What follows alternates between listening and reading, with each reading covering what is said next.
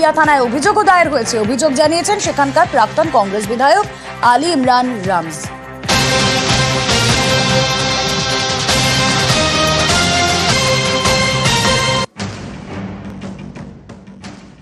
বিমান ব্যানার্জিকে, মমতা ব্যানার্জিকে হারাবো, আর ওদের দলের যে কটা মুসলমান এমএলএ জিতে আসবে, বিজেপি সরকারে আসবে, চ্যাংদোলা করে তুলে রাস্তায় ফেলবো।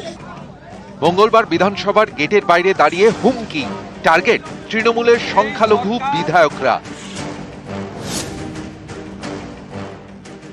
বিমান ব্যানার্জিকে, মমতা ব্যানার্জিকে হারাবো, আর ওদের দলের যে কটা মুসলমান এমএলএ জিতে আসবে, বিজেপি সরকারে আসবে, চ্যাংদোলা করে তুলে রাস্তায় ফেলবো।